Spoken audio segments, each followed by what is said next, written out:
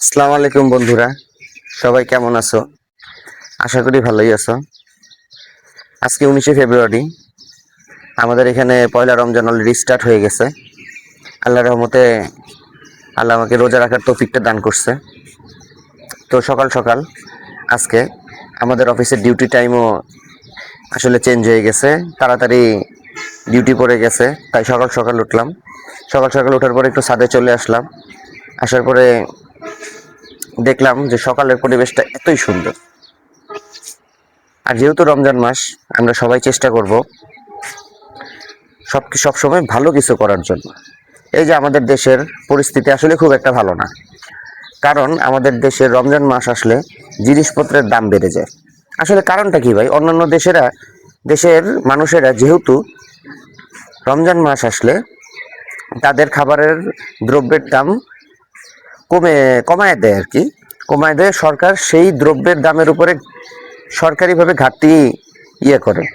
আর আমাদের দেশে রমজান আসলে একটা ব্যবসা শুরু হয়ে যায়। কেন রে ভাই? এগুলি কেন? মানুষকে ভোগান্তি করার কারণটা কি? আমাদেরকে মরতে হবে না? আমাদেরকে উপরে গিয়ে এগুলির হিসাব দিতে হবে না? তো আমরা কিভাবে কেন এরকম মানুষকে ভোগান্তি করব? কেন মানুষকে কষ্ট দিব? এগুলির একদিন না একদিন বিচার হবে। আসলে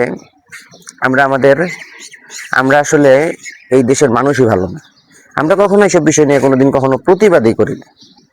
আমরা প্রতিবাদ করি কে কখন হরতাল ডাক দিবে, কে কখন রাজনীতির মিছিল ডাক দিবে, সভা করবে, সমাবেশ করবে। আসলে ভাইজান, আমরা এসব বাদ দিয়ে যদি দেশের কথা চিন্তা করতাম, জাতির কথা চিন্তা করতাম, আমাদের নিজের কথা চিন্তা করতাম, আমাদের ভালোর কথা চিন্তা করতাম, তাহলে আমরা এসবের পিছনে না, আমরা চেষ্টা করতাম যে দ্রব্যমূল্যের দাম কিভাবে কমানো যায়, কিভাবে মানুষ শান্তিতে থাকতে পারে, সেই কাজটা করা যায়। তা আমরা আসলে বুঝি না যে আমরা আসলে আমাদের মন মানসিকতাটা এরকম কিভাবে হয়ে গেল। আমরা এখন আগের দিনে মানুষের কথা বাদ দিই, এখন তো আমরা ডিজিটাল যুগের মানুষ।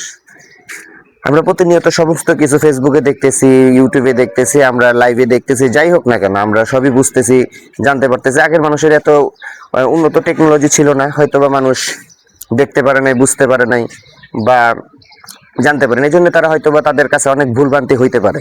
কিন্তু এখন আমরা তো সমস্ত কিছু জানি, বুঝি, আল্লাহ আমাদের বোঝার ক্ষমতা দিছে। তো আমরা কেন এখনো সেই আগের দিনের মতো বোকা মানুষের মতো আমরা সেই কাজগুলি করতেছি?